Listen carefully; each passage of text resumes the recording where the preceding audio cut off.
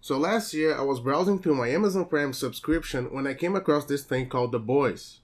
Now I have to tell you, I don't follow any movie news websites anymore since they became filled with woke hacks who don't know what the fuck they're talking about and will go through an entire political checklist of bullshit before saying anything about the movie itself. Also, they'll never say anything bad about big studio movies because that's where most of their revenue comes from. It's just pointless. So, I had never heard of The Boys, but now Wikipedia was telling me The Boys is set in a universe where superpowered individuals are recognized as heroes by the general public and work for the powerful corporation Vault International, which markets and monetizes them. Outside of their heroic personas, most are arrogant and corrupt. And I was like, oh my god, someone had the idea of portraying superheroes just like real-life celebrities? That is awesome! Peter. So I went in with cautious excitement, and already in the first episode, The Boys blew my mind. It just seemed so realistic to me that if people with superpowers actually existed in our world, the name superhero would be a creation of someone who would make the entire concept into a multi-million-dollar brand. No noble acts of heroism, no sacrifices. The entire thing would just revolve around money. That's one of those ideas that if you think about it once it's out there, it seems painfully obvious, but someone had to come up with the concept in the first place. And that's where genius lies. So, in The Boys we follow Huey, a quiet, mellow dude who just had his girlfriend obliterated by one of the soups, like they're called, in an accident that happened in large part because these heroes just don't care about anything but themselves and never have to face any consequences for anything they do.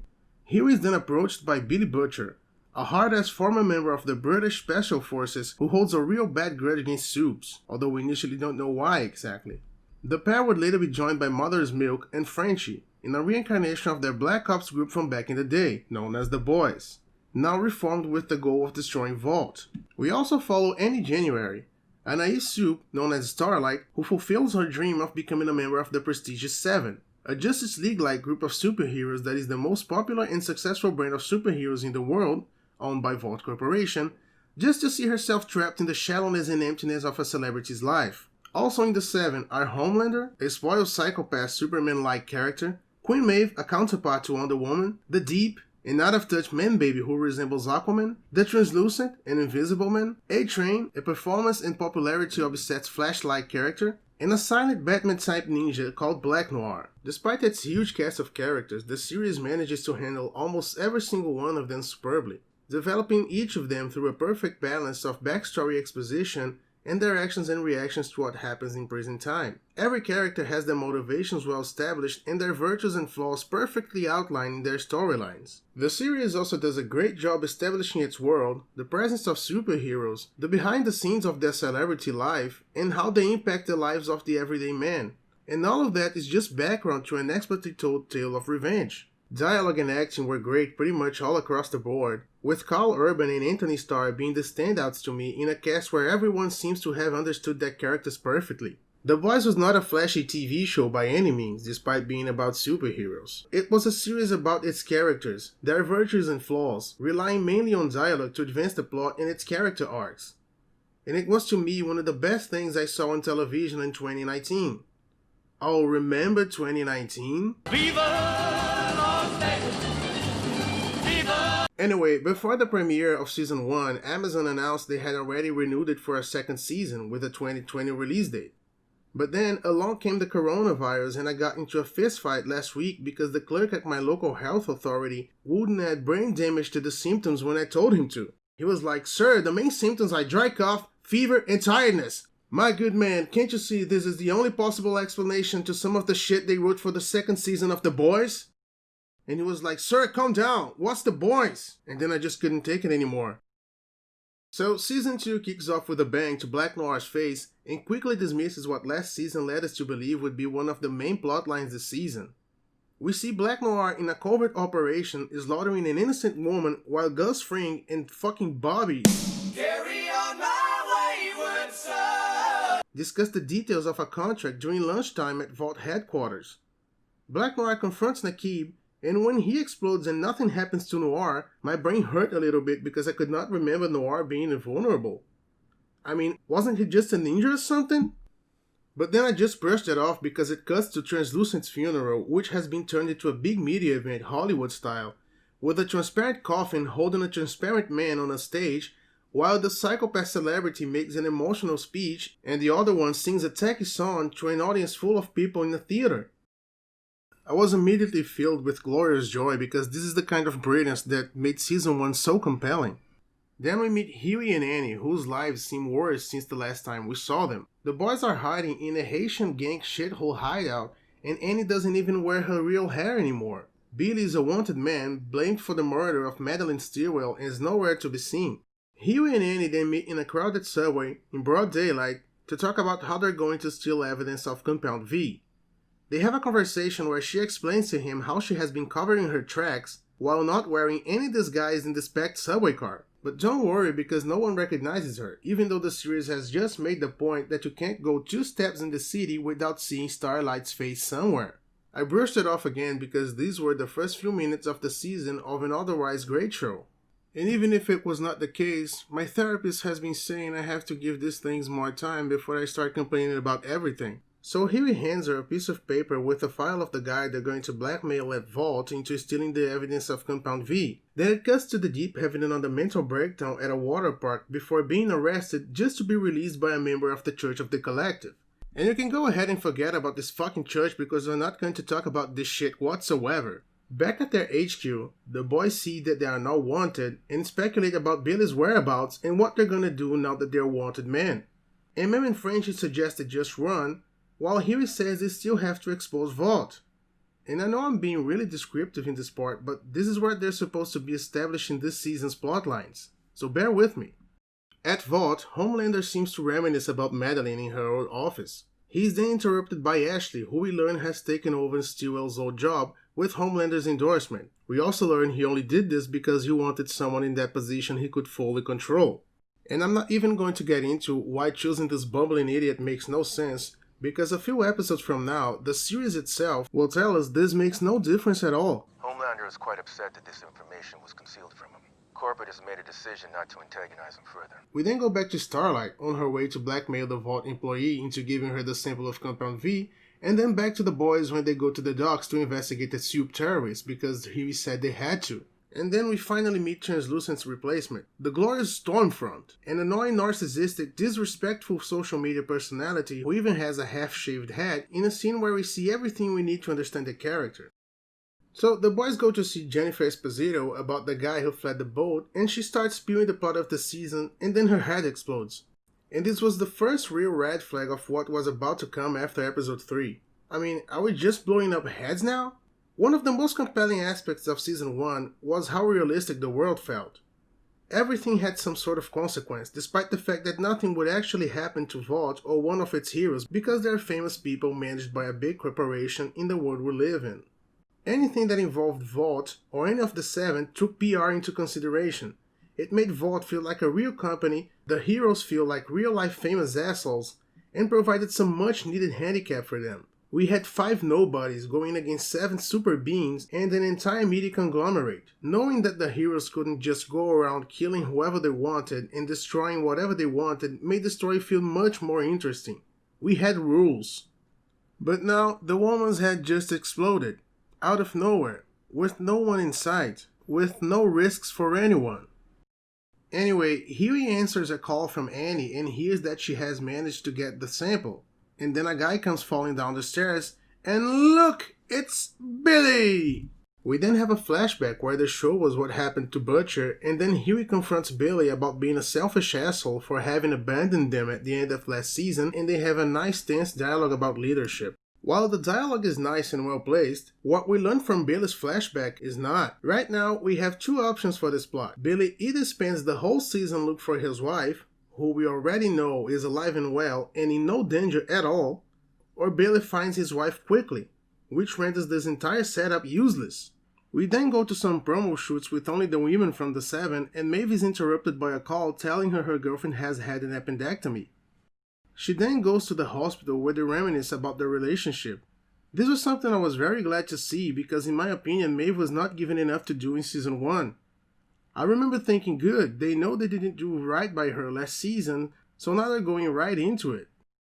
Billy then goes to talk to the colonel at Reina's funeral, but she tells him to fuck off, only to listen to him 30 seconds later. He then goes back to HQ and tells the remaining boys that the colonel gave him the address of the soup terrorist from the docks. Wait, how does she know that?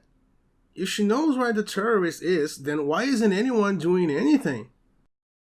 Was she already expecting Billy to go to her and ask for the address? Was she putting on an act where she would deny him the information only to give it to him off camera? What? Anyway, back at Vault, Starlight and Stormfront go on to do interviews about female representation, which is rightly portrayed by the series as the bullshit these things are, when A-Train shows up out of nowhere despite being a coma-less episode, and tells Starlight he knows what she did. Then the Vault guy shows up with a Compound V sample, and by this time I was obviously thinking, what's gonna happen? What's gonna happen? And then nothing. Nothing happens. He just handles her the sample, and the series still tries to create tension in a bullshit scene between A-Train and Starlight that gets resolved in another 30 seconds. But nothing happens. Then the boys go to investigate the address given by the colonel, and again I was thinking, oh boy, what's gonna happen? What's gonna happen? And then nothing. Nothing fucking happens again. The guy is actually there. And he's Kimiko's brother, by the way. Back at Vault, A-Train and Starlight have a scene with the exact same purpose as the previous one, except this time he finds the V, but then Starlight tells him she knows he killed his girlfriend and the conflict is resolved in 30 seconds. Again! The boys then capture Kimiko's brother and take him to a boat to deliver him to the colonel's team in the middle of the ocean for no reason at all, other than to give the Deep something to do. Aboard the ship, Huey and Billy have a fight because they just don't see eye to eye anymore. Huey has been crumbling under the pressure and can't deal with his own frustration and powerlessness, and Billy just cannot help but to be a selfish asshole. Kimiko and her brother then have an unnecessary exposition dialogue about why he's a terrorist, and then the news are out. The boys did it! They exposed Vault! Mission accomplished, everybody! But Billy says fuck it because they still have work to do, and he has decided a long time ago happiness is not something he deserves in life. Meanwhile, the Seven are in their meeting room and we are introduced to the idea that Maeve doesn't have a life because Homelander thinks he owns her and she's afraid of him. There is an altercation when Kimiko's brother manages to break free, but they restrain him 30 seconds later. The Deep then shows up and the boys manage to get to shore with the entirety of the Seven behind them. Homelander then manages to corner the group and tries to make Starlight kill Huey, but Kimiko's brother saves them in the last minute. There is then a chase that ends with Stormfront brutally murdering Kimiko's brother, destroying an apartment building with civilians inside, and challenging Homelander by saying, "You snooze, you lose, Gramps." Because he said he was supposed to kill the terrorist. This great action sequence closes the first 3 episodes of the second season of The Boys, and despite some minor complaints that don't really stand out in isolation, they are pretty good episodes. They managed to keep the tone, the dialogue, the satire, the characters, and the plot perfectly in line with Season 1. And I know I have already complained about some stuff here, but nothing of it compares to what happens from Episode 4 on. So, in Episode 4, we see the Colonel standing in front of the building Stormfront exploded when she is approached by a hooded Billy, because I guess putting on a hoodie solves all your disguise problems this season. He then tells her they hit a dead end with Raynor. Whoa, let me stop you right there, my brother. First of all, who's we? You weren't there. And as revealed last season, your goal was never to do anything about Vault. It was to get revenge on Homelander for raping your wife. What's your investment in anything going on right now with Vault, or any soup for that matter? Then the Colonel goes on to say Raynor was investigating a 70s soup called Liberty, and tells Billy they should investigate her as well. Right now, we have a huge problem from the storytelling aspect of the series. For Season 1, we had a clear main plotline. 2 very, very different men teamed together to get revenge on evil superheroes and the company behind them. But Billy already found Rebecca, and Huey already exposed Vault. Done and done. They hit their goals. What we have now is Huey saying they have to continue their mission to stop bad soups because he says this is all he has left, and Billy trying to find his wife, who we already know is alive and well and in no danger at all. I'm a big believer that any story could work if you do it right. But right off the bat, these are very weak motivations. And they get weaker when before the end of this very scene, the Colonel just hands Billy Rebecca's location. I found Becca. Just like that. Again. No conflict, no nothing. Also, she warns him that the place is Armed to the teeth. Won't be easy. Butcher then sets out to rescue Rebecca under protest from MM, who tries to win him over with a bunch of emotional one-liners, but Billy says he doesn't care and just leaves. MM then calls Huey and informs him they're going to North Carolina to look for Liberty, and Starlight just decides she's going on a road trip with them. And this scene is great because the camera pans out and we can see Starlight just standing in the middle of this crowded street with not even her goddamn hoodie on.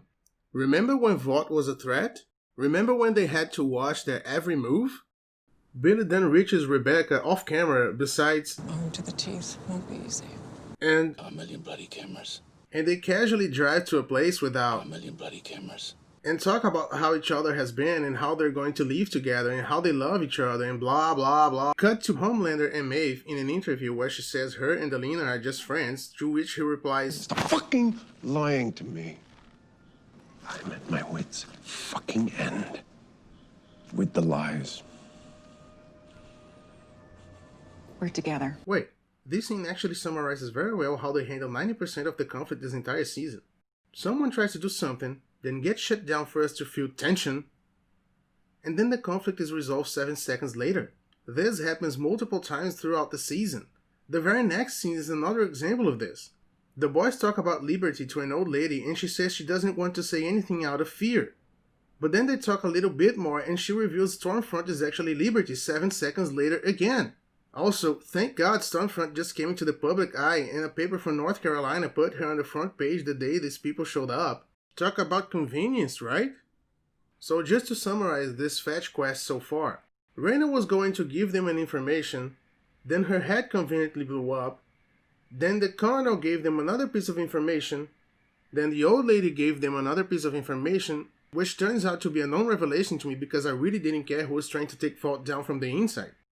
Keep in mind, all of this happens 100% smoothly. It literally is just these characters going back and forth and learning new things with no obstacles on their way whatsoever. Back to Billy, it's time to escape confinement. But Becca says no because she says she won't go without her son. Duh.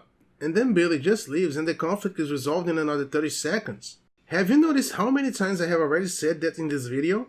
Isn't that annoying? Well, buckle up my children because we're only halfway through the shit journey of destroying what was one of the best things on television last year.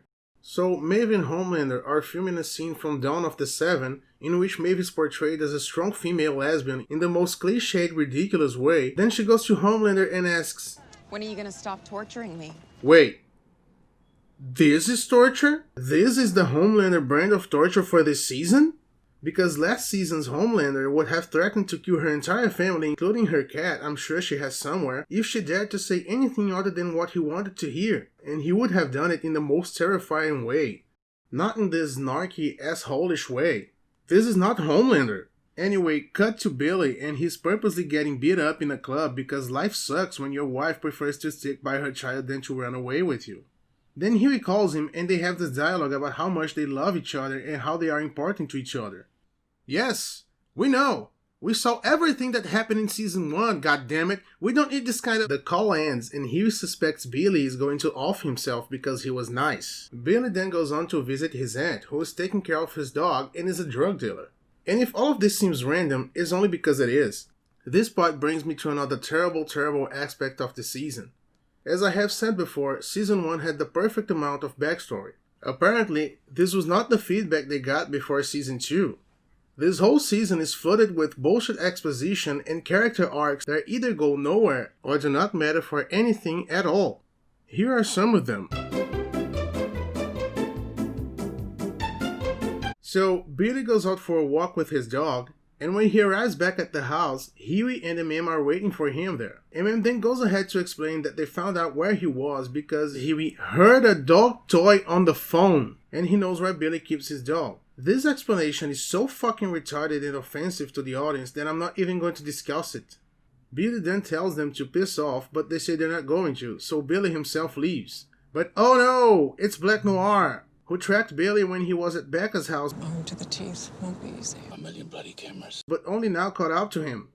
How did he do it? I don't fucking know, and I bet the writers don't know either. But none of that matters this season, and all of this just felt so forced to me. Black Noir was a joke character last season. I feel like in this season, he's just a crush the writers use when they need something to happen in an episode other than a bunch of people talking about a bunch of things and many times repeating them that have no relevance at all to the plot. Then we go to Starlight for some unnecessary repeated character arc, and then to Maeve for some unnecessary repeated character arc. But watch her with a weird accent, you say. You wanted some more stories from Maeve. Yes, I wanted more stories from Maeve, but I wanted them done right. The only thing they do this season is say what they had already said last season and then keep repeating it over and over again. We know she's a lesbian, we know Elena thinks her life is complicated, and we know she's trying to make it right for her and Elena. You don't have to show us the same thing happening every 5 minutes. The same goes for Starlight. Her mother is a nosy overprotective bitch. As a matter of fact, I think this is exactly how they describe her in the script. And we also knew that.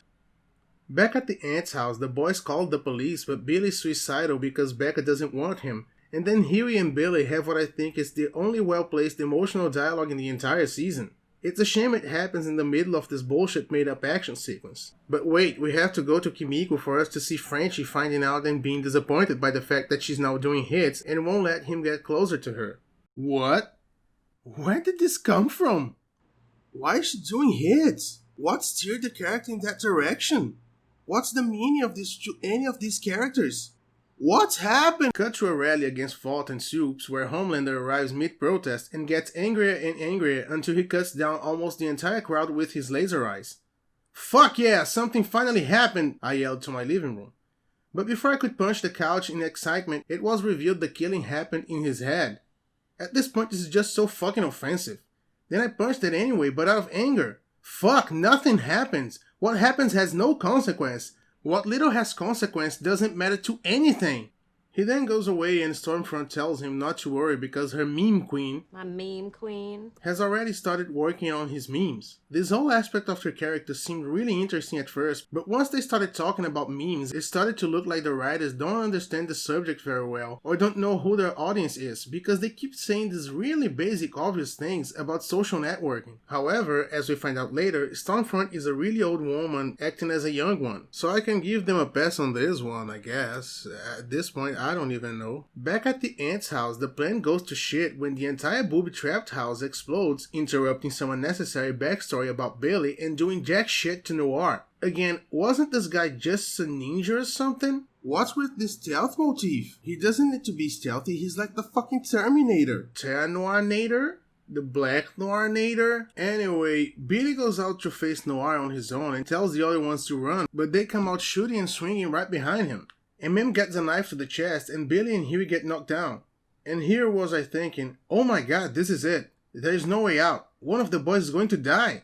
And then Billy tries to blackmail Noir with Homelander's son, but Noir grabs him by the neck and I was like, oh my god, it's going to be Billy. But then Noir's phone starts ringing and he picks it up and passes it to Billy. And then the dumbest shit in the entire show happens. Turns out Gustavo has been seeing the whole thing and says that if the information never sees the light of day, he will call off Noir. Billy then agrees and Noir just leaves. What the fuck? So this is it? This is how the entire threat of Fault ends? Like this? Through a fucking phone call? Also, I have some questions about what just happened. First of all, if Billy was planning on blackmailing Noir, why didn't he do it before blowing up his aunt's house and him taking a knife to the chest and everyone almost dying? Was he waiting for a more dramatic opportunity? Second, again, another conflict resolved like this, again. And third, fuck it, there's no third, I'm not going to waste any more time with this shit. They didn't care and I won't either. They then say goodbye to the dog and the aunt, who's smiling even though her house just exploded and the police is probably going to find out she was a drug dealer. And the episode ends with them leaving and Homelander and Stormfront fucking to the sound of Aerosmith's Dream On because his ratings have gone up because memes. So the next episode starts with some flashback where Frenchie plays Jared Leto in Requiem for a Dream. And then it cuts to the boys' HQ where Frenchie is about to remove Starlight's tracker, which raises as many questions as when Billy went through Going to the teeth won't be easy. and A million bloody cameras. off camera. Why are they doing this? Wouldn't Vought know they removed it? Wouldn't anyone find it strange Starlight's tracker has suddenly stopped working and never moved again? Wouldn't maintenance call her for them to check what was up? I mean, in that bullshit exposition, they say they're doing this preemptively because she thinks Stormfront is onto her. Okay, so how is removing your tracker and drawing attention to an otherwise non-issue going to do any good? Also, remember when they established this over the last few episodes? Yeah, me neither. And the fact that they didn't brings us into another sad pattern in this season. They knew they had been renewed before the premiere of Season 1. These people had the time. They must have had, right? Then why does it feel like they were making this shit up as they went along? Season 1 left perfectly good loose ends for a second season. Billy was going to have to deal with Homelander and Becca's son situation. The boys were now wanted men. Now without Billy, we would have Homelander unleashed. Since he wasn't under the control of Stillwell anymore, there were going to be soup terrorists, and Starlight's cover had just been blown by A-Train. And these are just the main ones off the top of my head. We still had characters like Kimiko and Frenchie, who we knew very little about. Every single one of these plot threads were either forgotten, quickly resolved, or dragged through this entire season, mostly through repetition of the same scenes, which made them feel like nothing but filler. How did it set all these things up so perfectly just to fuck them up in the most obvious ways? I mean, you had already done the most difficult part. What the fuck is wrong with So Homelander and Stormfront are dealing with a small-time criminal in an alley where they torture the guy before killing him and then fucking again. This Homelander Stormfront plotline is the fucking worst. It is one of the few things in this season that doesn't feel like filler, but goddamn it is this shit boring. Last season, Homelander had a really interesting dynamic with Stillwell. He was like a drone that existed only to do her bidding, while she manipulated him in some really fucked up ways that were not necessarily sexual. And this was the basis for this really complex relationship where you have the most powerful superhero in the world obeying this woman for no clear reason. It was a flaw of the character, and it made the character feel like a real person. We then saw the relationship degrade to the point where he ended up killing her. He discovered her farce and broke free of his chains. He fucking lasered her to death in front of her baby. It was one of the most shocking and satisfying moments of the first season, and it showed a big step in the character's development. But now it just seems he's back at the same place. We have a woman that helps him with his career, only now she does it through social networks and memes, and keeps him in her reins by fucking him. Which to me is just a gross simplification of what he and Stillwell had going on. Add this to the torture Maeve mentioned earlier, and it's like season 1 never happened. This Homelander seems like a different version of the character that seems to ignore the events of the first season altogether.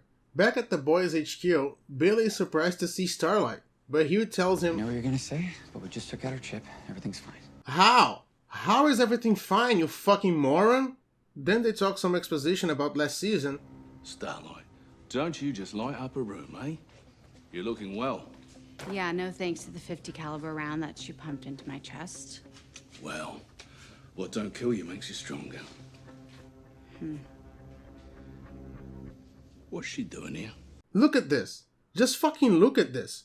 Who wrote this shit? Who approved these half-assed dialogues and scenes that have absolutely no meaning or go anywhere? Starlight then tells him she broke into Stormfront's laptop because this is how everything works in this season. That's the address she gave me.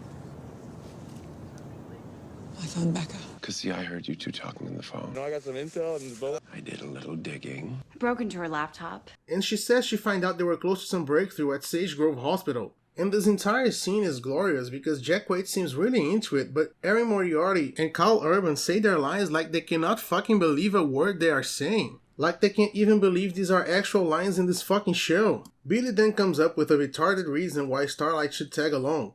If shit goes sideways, who do you think Vault's gonna go after? Us? Or their billion-dollar baby turned traitor who just ripped out her own fucking chip? Wait, you are pointing out the fact that she's now a target because she removed her tracker. So if you take her with you, wouldn't that make you the target? This shit gets worse by the minute. So they get to Sage Grove, the mental institution Vought uses to test the stability of V in adults, and readily infiltrate the place, just like that. Stormfront then arrives because tension, and has an unnecessary dialogue with one of the patients before some nurse gives the comedian's treatment to the fellow. Then Frenchie, seeing it through one of the security monitors, says, Let's fucking lamplighter. and it happens so quickly, and in such an anticlimactic way that the meaning of it went right over my head because we are in episode 6 of season 2 and last time someone said anything about this dude was in season 1. Frenchie then goes on to say, How do you recognize them without a mask and a hood? wait, then how come you recognize him now? Is it because he lit the poor guy on fire? You already know these suits are created in a lab. This could be anyone. Or does that mean powers are unique to each individual and that's why this could only be Lamplighter? I don't know the answer to any of these questions and I'm sure Frenchie would have no way of knowing them either. Look, I get what he meant. I know this is nitpicking, but the shitty way of giving us information to advance the plot happens way too much in this season. Nothing is shown, everything is said. We have an entire season of 90% filler and 10% of these anticlimactic moments when someone says something quickly so they can go to the next plot point. Huey then alerts the boys about Stormfront. Huey, There you are. You guys okay? Stormfront's in there. that ain't all who's here.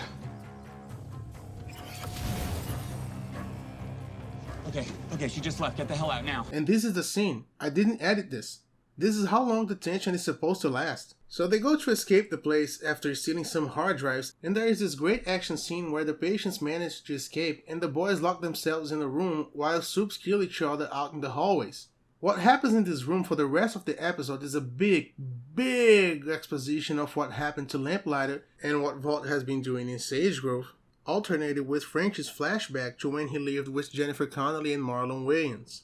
You see, writers have this way of manipulating the audience into liking or rooting for a character before killing them off. This is basic storytelling and has been done everywhere with varying degrees of success. The way they will do this is by giving us reasons to identify ourselves with the characters and to root for them to reach their goals, only to kill them off right before they fulfill their objective. The right way to do this is to do it slowly, giving time for the character to grow and for the audience to fall in love and form a bond with him. Or her. The wrong way, and this one is far more common than the right one, is to start shoving unnecessary backstory and exposition down the audience's throat and have the character talk about hopes and dreams completely out of nowhere to try to do in minutes what you had no competence to do in hours. The result is a kind of forced affection that doesn't really mean anything. Everybody remembered Ned Stark until the end of Game of Thrones. No one remembers this fucking dud by the end of the season. The reason I'm telling you this is because after episode 3, the amount of out-of-nowhere unnecessary backstories and characters saying their feelings out loud is so fucking annoying I kept waiting for someone to die every goddamn episode. Why should I care about French's requiem for a dream past? Or that Billy is a hard-ass because he had to defend his brother from his father? French is a sentimental charming drug dealer, and Billy is a snarky hard-ass ex-special forces operative. We know the character archetypes. We don't need every little fucking detail explained to us. So Huey, Billy, and Starlight are on the run because Huey is almost dying from a metal shard lodged in his abdomen. Then they get to a hospital and Huey is sedated so Starlight and Billy can say out loud how much they love Huey. Again! Cut to Maeve and Alina and they're still dragging the story about how they're going to escape Homelander's torture. And then they create tension by making Alina see the video footage of Maeve and Homelander leaving people to die on the plane last season. Back to the boys, they manage to escape Sage Grove facility and are in the middle of the woods waiting for the colonel when Francis says to Kimiko what is probably the most out of place piece of dialogue in the entire season. He, absolutely out of fucking nowhere, begins telling her he was trying to save her to make up for his past sins. What the fuck? And I was looking at Tomer Capone and Karen Fukuhara's face and wondering how difficult it must be to be an actor. This has no context whatsoever. The dude read these lines on a piece of paper and has to deliver them in an emotional way, and she has to react like any of this shit actually means something to either of them. I imagine this being easier when you have a good script that you can draw emotion from. But this is not the case at all. Anyway, the colonel arrives, and I still had no idea who the fuck this guy was. So they have this emotional scene where the colonel is about to shoot him, and then it came back to me. Oh, Lamplighter is the guy whose place Starlight filled when she joined the Seven. Yeah, right. But this scene still doesn't mean anything to me. You know why? Because I didn't even know this fucking guy existed half an hour ago. Why should I care if he dies or not? The scene then ends with Frenchie convincing the colonel not to kill him because of reasons. And we cut to Homelander's quarters, where we learn to great shock that Stormfront is a fucking Nazi, son. She then goes on to explain how she's Frederick Vaught's wife, and how she was the first ever soup, and that they're in a cultural war, and she tells him the other races are winning, but they have to fight back with an army of Supermen and take what's there by right. Wait, what? What? What cultural war? The other races are... You fight back... Oh my god, my head hurts. This is so much stupid shit in one dialogue. We'll have to do this one by parts. We are in a war for the culture. The other races are grinding us down. What war for the culture? Is she talking about culture? Or is she talking about some kind of racism towards Supes? Because neither of them makes any sense. We have never been shown any kind of discrimination against Supes. People in this world live for these superheroes. Pop culture revolves around superheroes, especially the ones inside Vought. This series points this out every chance it has. Is she talking about the rallies against Vought and Homelander once the people learned about Vaught's secrets? If so, this just goes to show how poor the writing has been this season. We had 2 scenes of these things, and they happened in the span of a week. And we already know that because of memes, My meme queen. Homelander is popular again. And taking what is rightfully ours. What do you mean by this? What is it that is yours by right that is denied to you in any way? None of this has ever been mentioned up until this point. But we can fight back. With an army of Supermen, millions strong. Homelander and Stormfront alone could wipe this entire city in 5 minutes. Why would they need millions of Supermen? Wouldn't that just create a million undesired variables to you? This entire speech is so retarded, I'm not even angry. I just don't care about any of this anymore. Let me point out to you that we are in a place now in this story that doesn't have anything to do with anything that made this series so compelling in the beginning. Homelander was a contradictory, complex character that, despite being a godlike psychopath, still respected rank and authority for no apparent reason other than the fact that this is the way he grew up. I guess you could say that this is a logical step in the character's development. He indeed has been saying he is superior to everyone, but not like this. Don't do it like this. You have to get to this point by developing the character you created, not by turning him into a super villain Nazi because the meme queen said so. That's some lame ass shit. Back at the Colonel's house, the Colonel is giving Butcher a moral lecture about violence because Billy wants to extract information from Lamplighter through force. This is the same Colonel that half an hour ago didn't shoot the same Lamplighter in the face because Frenchie convinced her not to, and then she reveals her reason for not doing it. He's willing to speak against Vought at the hearing. We've never had Congress on our side before. And I was like, what hearing? And then Billy responds, Congress, please. What a bunch of corrupt fucking cunts they are. And this line is delivered straight, unironically. Who wrote this? How can writing be so uninspired in a big budget television show? And again, Carl Urban says it with such contempt for the script. It's hilarious. Now, I'm not even going to hang on to every scene where the dialogue makes no sense because it's almost every one of them. The Colonel then says they'll get someone to speak at the hearing to make their kids stronger, and we cut to Starlight having unnecessary exposition dialogue with her mother at a coffee shop in broad daylight with no disguise, again, and boom, Black Ninja Nader kidnaps her. Back at the house, Huey changes the channel in the exact same moment Homelander is delivering the information to the crowd that Starlight has been apprehended, because this is the only way this show knows how to advance the plot now. Remember Huey almost died last episode? Well, then you can forget about it because now he's on his way to Vault Tower with Lamplighter to rescue Starlight. And Huey convinces Lamplighter to help him by saying, This is your last chance to be a hero again. wait, and what about the hearing? Is bringing Vought down not heroic enough? So MM and the Colonel arrive at Dr. Vogelbaum's house, and the Colonel tries to blackmail him into acting as a witness against Vought in the hearing by threatening him with some information the writers just made up. But then he says nope. Then she tries to win him over by his heart, but then again he goes like, nope, and then they just give up and go away. Meanwhile, Huey and Lamplighter are infiltrating Vault Tower, where Maeve's story comes to a conclusion with her having a threesome with 2 guys after Elena dumps her. Why a threesome with 2 guys? Did they forget she was an alcoholic? You been drinking? No. You're not going to meetings anymore. Listen. Wouldn't it have made more sense if she turned to drinking again? Cut to Homelander at Becca's house, and they have one of the actually good dialogues of the season, where Homelander says he wants to hide nothing from his son because that's exactly what they did to him.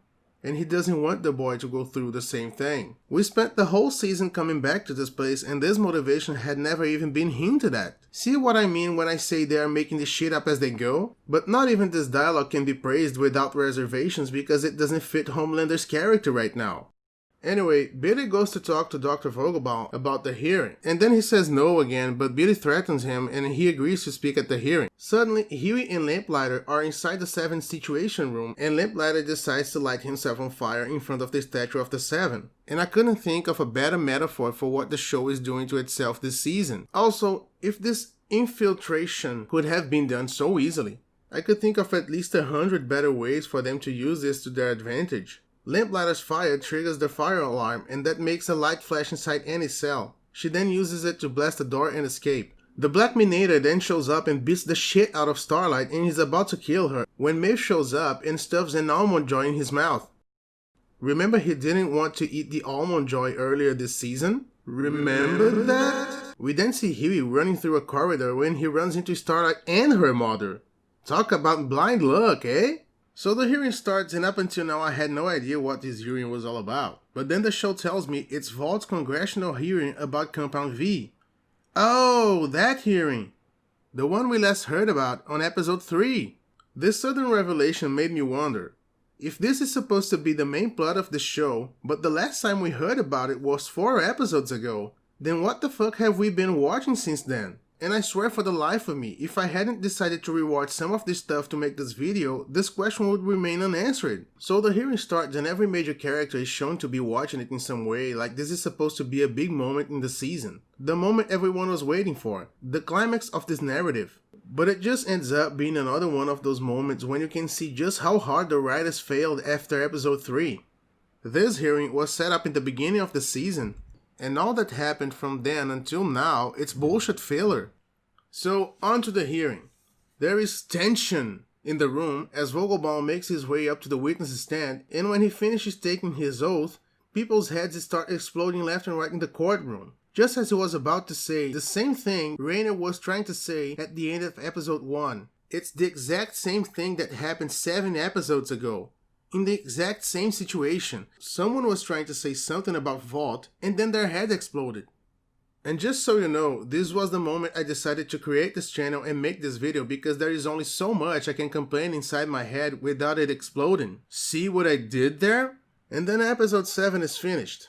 We have 1 hour left this season to resolve absolutely nothing because nothing of consequence was created this season, or to resolve 1 billion loose plot lines that have no importance whatsoever. It depends on how you look at this shit show of a season. We start the last one with the Colonel talking to Bobby, "Carry on my wayward son," whose name is actually Bob, and the hearing and people's heads exploding doesn't matter anymore. But that's nothing out of the ordinary because the writers are clearly making this whole thing up as they go. All that happens in this episode is the screenplay taking shortcuts and filling in time for it to reach its desired runtime.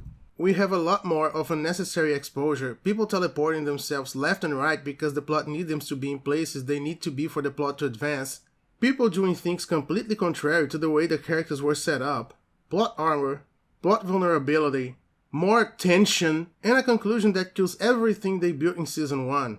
I'm not even gonna try to describe this episode because what happens through its entire runtime is so fucking nonsensical and betraying most of the characters in such a way that I would have to Mr. Plinkett it into oblivion, and I just don't have that kind of time. Before this episode, I remember thinking, well, at least this didn't shoot itself in the face like Ozark did in season 2. After this episode, I still think it's not like Ozark. It's worse. Ozark still had some storylines left at the end of season 2. The boys concluded everything they set up in the most shitty way possible. What's left now is for them to come up with completely new stories. And who the fuck wants to see that? If we don't have the characters, if we don't have the stories, then what's the point of even going on really? But frustrated watcher on the internet, you say. Stories have to end and characters can change, you know? Yes, I know that characters can change. As a matter of fact, the best ones do. But these characters need something to happen to them in the story that motivates that change. Here, we don't have this. What we do have is a bunch of characters doing things that are inconsistent with the way they were set up in stories that are far less compelling than the ones we started with. What became of The Boys in this season reminds me of the prequel trilogy of Star Wars when George Lucas started talking about the Galactic Senate and fucking midichlorians. It's like these people don't understand their own creation. I never watched The Boys to see the origins of Vought or Compound V. I watched it because they had great world building, great characters, great dialogue. Who gives a shit if Vought was founded by a Nazi or that some congresswoman who came out of nowhere has reasons to keep Vaught's secrets under wraps? Why should I care that Stormfront, a character I just met, is a Nazi? Stormfront deserves her own commentary. This character came in guns blazing and I loved her at first, but then she became this one-dimensional bitch that turned out to be a goddamn Nazi, and that's the character. They didn't do anything else with her. Her character ultimately posed no threat to anyone and did nothing but shit all over Homelanders. What I expected for this season was to see where the great characters we had would go after what happened to them in the first season. The writers left us with a big realm of possibilities and did jack shit with it. If you take everyone but Homelander, Billy, Stormfront, and Gus Fring out of this season, it wouldn't make any difference because no one else had any impact whatsoever on the plot. Also, the reason I didn't address the Deep in A-Train's storyline is because it doesn't matter. It doesn't fucking matter. They took one of the most compelling and important characters of the first season and put him on a bullshit filler character arc that was not even his own. Last year, we saw Game of Thrones crash and burn after 5 seasons of its once glorious writing going downhill. The Boys managed to shit the bed and light itself on fire on just 5 episodes. It's a feat to behold. I don't know how closely the TV series follows the comics, but this show reminded me of what happened to Game of Thrones after they ran out of source material. At the end of season 2 of The Boys, we are left with characters that are either not the ones we knew, because the show made them grow into directions that made no sense, or they are in the exact same place as last season, in stories that are far, far less interesting and bear almost no resemblance to the ones that made this the great show that it was. So, as I conclude this, I'm left with a terrible bittersweet feeling that it's more bitter than sweet because the damage is done. We will have a 3rd season, but the story has been damaged. Characters have been betrayed and I have absolutely no interest in seeing where what they set up at the end of season 2 goes. They'll have to come up with new stories to almost everyone in the show and I have no reason to believe any of them will be good based on what we had in this season. Last week, The Critical Drinker, a channel I follow on YouTube, and if you don't, you should really check his stuff out, uploaded his video on the 2nd season of The Boys, and I didn't see the video because I wanted to do this with my opinion and my opinion only. But in the title of his video, he asks us a question: is The Boys losing its way? And I have the answer for that. No, The Boys is not losing its way. It has already lost it.